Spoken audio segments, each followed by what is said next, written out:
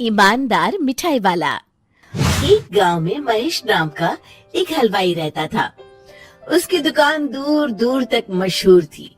आसपास के सभी गांव वाले महेश की दुकान से ही मिठाई लेते थे। भाई मजा आ गया, क्या लजीज रबड़ी है। ये लड्डू भी लीजिए, शुद्ध देसी घी के हैं, आज ही बनकर आए हैं। लाओ भाई लाओ, 1 किलो लड्डू भी पैक कर दो। महेश का एक बेटा था रवि। रवि ने पढ़ाई छोड़ दी थी और वो दिन भर घर में ही बैठा रहता था। उठ बेटा रवि, आज मेरे साथ दुकान पर चल। मैं वहाँ क्या करूँगा पापा? अरे दुकानदारी सीख बेटा, आगे चलकर ये सब तुझे ही तो संभालना है। मुझे ये सब कुछ नहीं संभालना। मैं वीडियो गेम खेलूंगा, फिर दोस्तों के साथ बाहर जाऊंगा। हे भगवान, इसे थोड़ी अक्ल दे दो। ऐसे ही चलता रहा तो आगे न जाने इसका क्या होगा। महेश बड़बड़ाता हुआ दुकान चला जाता है। दुकान पर ओ घसीटा राम, मुझे थोड़े चक्कर आ रहे हैं, जरा पानी तो लाना। जी जी मालिक। सुन, मैं घर जा रहा हूँ, आज दुकान तू संभाल ले। जैसा आप कहे मालिक। महेश बिस्तर पर लेटा है। आपको बहुत तेज बुखार है, 1 हफ्ते बेड रेस्ट करनी होगी और ये दवाइयाँ लेनी होगी। हाय राम, ये क्या हो गया आपको? मैं तो 1 हफ्ते में ठीक हो जाऊंगा, पर दुकान कौन संभालेगा? आप फिक्र ना कीजिए जी, मैं रवि को समझाकर दुकान भेज दूंगी। आप बस जल्दी से अच्छे हो जाइए जी। अगले दिन रवि दुकान पर पहुंचता है। आइए आइए मालिक, मैं आप ही का इंतजार कर रहा था। क्यों? ये मेरी दुकान है, मैं जब जी चाहे आऊँ। तुम लोग सुबह से आकर काम पर लग जाया करो, समझे? जी जी जी मालिक, दरअसल लड्डू बनाने हैं तो घी लेने जाना है, 5000 रुपए दे दीजिए। 5000? तुम्हारा दिमाग तो ठीक है?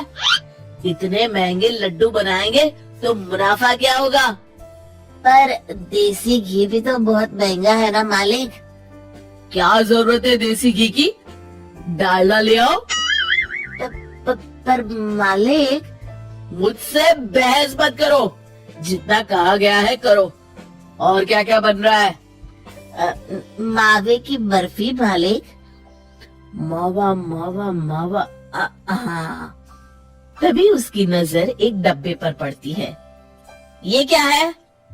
ये रवा है मालिक। एक काम करो, हर 1 किलो मावा में 200 ग्राम रवा मिला दो। और बर्फी का स्वाद बिगड़ जाएगा मालिक। जितना कहा है करो, अब जाओ यहाँ से। अगले दिन क्या बात है रवि बाबू, आपके पापा दिखाई नहीं दे रहे? अब उनकी तबीयत खराब है। अच्छा भाई अच्छा। बस उन्हें ये बताना था कि वो आज आए नहीं तो उनकी मिठाई बड़ी बेस्वाद लग रही है। लेना है तो लो, वरना चलते बनो। अरे अरे अरे, ये कोई तरीका है ग्राहक से बात करने का? चलो भाई चलो, यहाँ से चलो।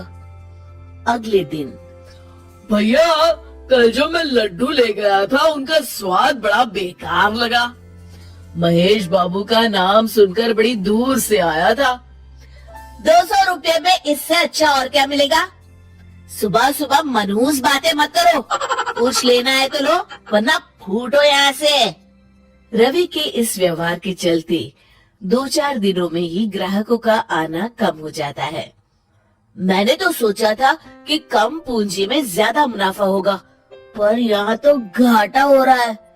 आखिर चक्कर क्या है? लगता है ये दुकानदारी मेरे बस की नहीं।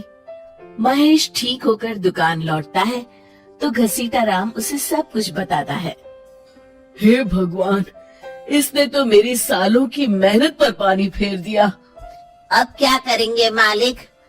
कुछ नहीं, सबसे पहले तुम पहले की तरह शुद्ध और अच्छी मिठाइयाँ बनाओ और मुझे गांव के उन सब लोगों के नाम बताओ जिनसे रवि ने बदतमीजी की।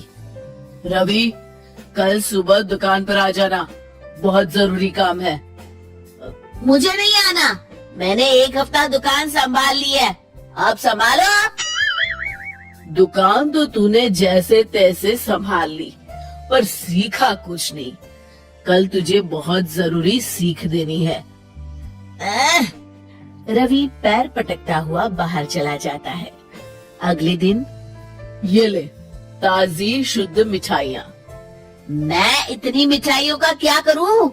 इन्हें उन सब के घर देकर आओ जिनसे तुमने बदतमीजी की, और साथ में माफी भी मांग लेना। अरे पर मैंने तो सिर्फ उन्हें। बेटा, घर आया मेहमान और दुकान पर आया ग्राहक भगवान के समान होता है। अब तू जल्दी जा और कल से कमाल देखना। रवि उन सभी 4-5 लोगों के यहाँ जाकर मिठाई देता है और माफी मांगता है। अगले दिन दुकान पर ग्राहकों की भीड़ लग जाती है। मान गए महेश बाबू, आपने तो आते ही घर तक मिठाई भिजवा दी। बस मेरे बेटे की गुस्ताखी को माफ कर देना भाई, उसमें अब तक बचपना है। हाँ हाँ, आपके लड्डू के बदले हर चीज की माफी है। भाई आज तो मेरे पड़ोसी भी आपकी उदारता देख के दंग रह गए। इतनी बड़ी दुकान के मालिक का बेटा घर तक माफी मांगने आया। भाई रिश्ते निभाना तो कहीं आपसे सीखे। बस आप लोगों की दया है। अब ताजी रसमलाई आई है, लेंगे आप? हाँ भाई हाँ, 200 ग्राम पैक कर दो। शिक्षा, सफलता पाने के लिए ईमानदार और विनम्र होना बहुत जरूरी है।